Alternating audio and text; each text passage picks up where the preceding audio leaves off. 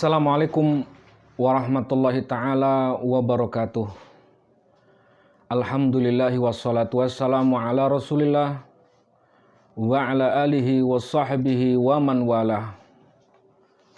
Allahumma salli wa sallim wa barik ala sayyidina wa maulana Muhammadin bab rahmatillah adada ma fi ilmillah salatan wa salaman bidawami mulkillahi wa ala alihi wa sahbihi wa man walah. Sahabat Nuansa TV dimanapun Anda berada yang berbahagia, syukur alhamdulillahirabbil alamin kita panjatkan kehadrat Allah Subhanahu wa taala yang mana telah mendatangkan kepada kita bulan suci Ramadan sehingga kita sama-sama masih diberikan untuk bisa menjalankan nikmat nafas-nafas kita, bisa merasakan keberkahan yang Allah turunkan di bulan suci Ramadan pada tahun ini. Amin ya rabbal alamin. Sahabat-sahabatku dimanapun kalian berada, alhamdulillah pada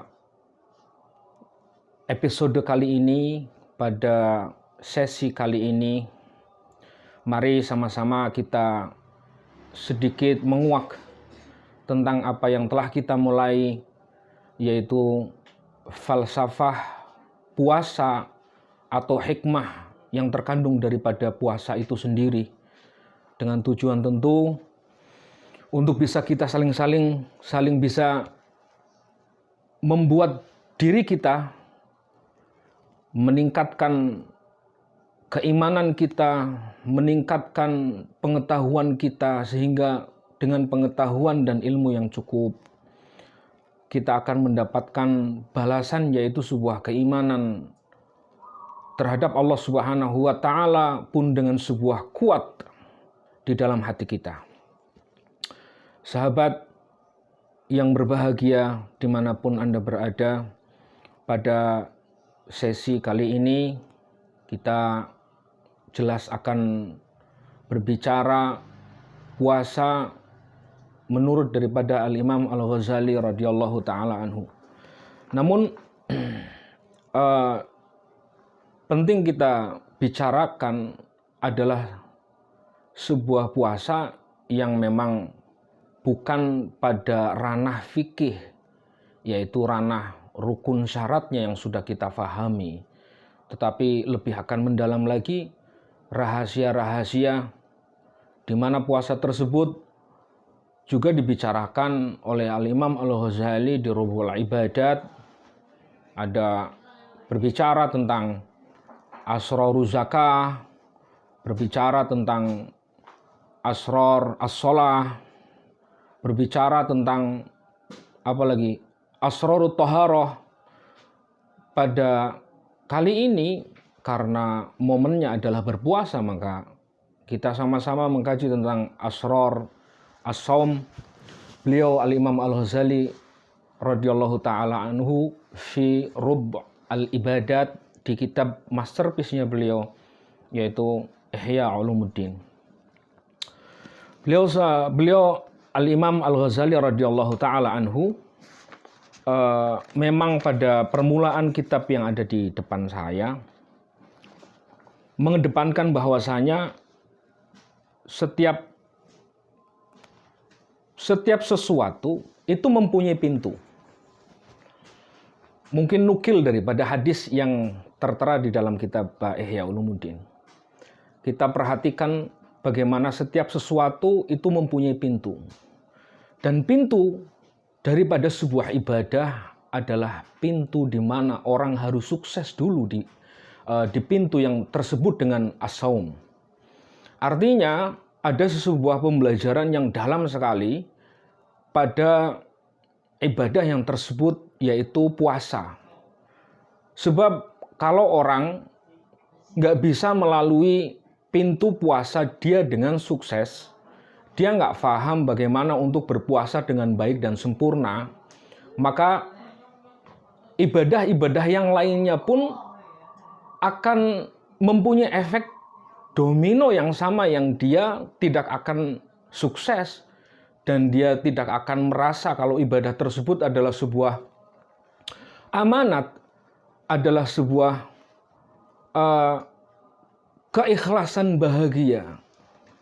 Maka pada awal daripada kitab Asrar As-Shaum tersebut, beliau mengedepankan salah satu maqalah yang mengatakan as-shaum nisfu sabr. Sebelum berbicara as-shaum nisfu sabr, artinya di dalam ibadah puasa itu ada melatih sebuah kita untuk sabar. Melatih kita untuk lebih sabar, melatih kita untuk lebih ikhlas. Karena sabar selalu akan dipertanyakan. Sampai mana sabar? Batasnya sampai mana sabar? Begitu nggih. Tetapi kita melatih di ibadah puasa ini dengan mengatakan permulaan pijakan hadis Rasul Shallallahu Alaihi Wasallam yang mengatakan as-shaum rubul iman. Puasa itu seperempat daripada 1/4% daripada sebuah iman. Was-shaum nisfu sabri. Dan puasa pun setengah daripada bentuk sebuah kesabaran di hati kita. Maka di dalam puasa ini banyak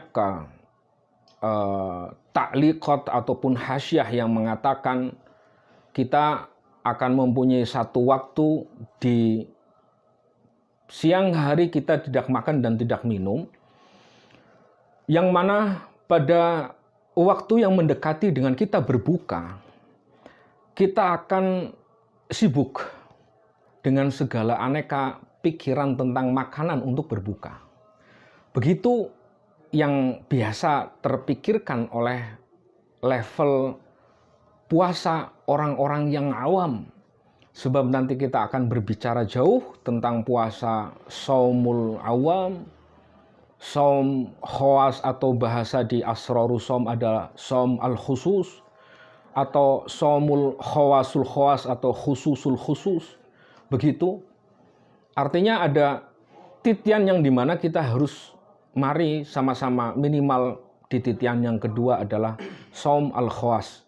Shaum dimana kita mempunyai kefahaman ilmu tentang hikmah yang terkandung di dalam daripada ibadah puasa untuk kita sama-sama menjadikan puasa tersebut adalah sebuah latihan. Maka pada sesi ini Nuansa TV menghadirkan Madrasah Ramadaniyah. Saya balik dengan pembicaraan as-shaum rubul iman was-sabr nisfu was-shaum nisfu sabr gitu. Nah, pada detik-detik di akhir di mana kita akan mendekati jam 4 atau jam 5 atau jam 6.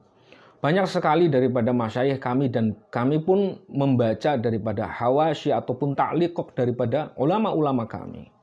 Bahwasanya yang terkandung daripada orang-orang yang berpuasa, mereka tidak dipijaki dengan ilmu pengetahuan, maka mereka akan menyibukkan pikiran mereka dengan apa mereka akan berbuka aneka ragam makanan. Tetapi kita yang terkandung faham dengan falsafah dan puasa, kita akan menyibukkan diri kita di waktu-waktu tersebut untuk jauh tidak memikirkan makanan, karena waktu buka pasti akan datang. Makanan pun apapun yang tersedia kita pasti akan berbuka. Tapi toh ternyata lalainya kita yang tidak mempunyai ilmu, kita akan sibuk dengan hal-hal tersebut. Dianjurkan oleh ulama-ulama kita bahwasanya waktu-waktu tersebut diperbanyak untuk kita berdoa, diperbanyak untuk kita istighfar, diperbanyak ke waktu-waktu tersebut untuk kita sama-sama saling mendoakan satu sama lain. Masuk pada titik golongan di mana orang-orang banyak beribtihal, banyak untuk melaksanakan doa-doa, dan selain daripada pikiran yang dimana kita disibukkan makan untuk berbuka dengan beraneka ragam makanan yang sudah disuguhkan. Sahabat, dimanapun Anda berada, semoga selalu kita semuanya bisa menjaga satu konsistensi yang dimana kita mendekati waktu berbuka, kita tidak kepikiran tentang makanan. Sebab makanan akan datang, waktu buka akan datang. Justru kita mengalihkan, menyibukkan pikiran kita untuk sama-sama masuk golongan orang yang beribtihal, berdoa. Dan sama-sama pelajaran yang disuguhkan oleh Al-Imam Al-Ghazali adalah melatih diri kita untuk bersabar. Melatih diri kita untuk ikhlas yang kedua kalinya. Sebab sabar dan ikhlas jelas sekolahannya ada pada madrasah Ramadhaniyah. Sabar dan ikhlas akan juga ngikut hubungannya ada pada sholat kita, ada pada ibadah zakat kita, ada pada ibadah puasa kita, ada pada ibadah haji dan umroh kita, dan lain-lain. Maka pelajaran yang kita bisa ambil pada hari ini yaitu kita tidak terpikirkan hal-hal yang berupa mendekati waktu berbuka dengan makanan, tetapi kita sibuk dengan ibtihal, dengan berdoa kepada Allah Subhanahu wa Ta'ala, dan yang tentunya kita sama-sama melatih di sekolah Ramadhaniyah ini, melatih diri kita untuk bisa memulai dengan sebuah kesabaran, memulai dengan sebuah keikhlasan kepada Allah Subhanahu wa Ta'ala, agar ibadah puasa kita sukses. Minimal hari ini, besok kita belajar lagi. Apa yang kurang, apa yang perlu diperbaiki, sama-sama kita perbaiki. Sebab setelah muhasabah akan ada islah. Mengoreksi, setelah itu memperbaiki. Memperbaiki mana yang kurang, kita tambah. Memperbaiki mana yang baik, kita tambah baikkan lagi. Sehingga ibadah apapun yang kita kerjakan, terkhusus adalah puasa, mendapat sebuah pelajaran di 1 bulan ini untuk kita lulus 1 bulan yang akan kita bawa di 11 bulan untuk ibadah-ibadah yang lainnya. Maka demikian yang bisa saya sampaikan pada sesi kali ini.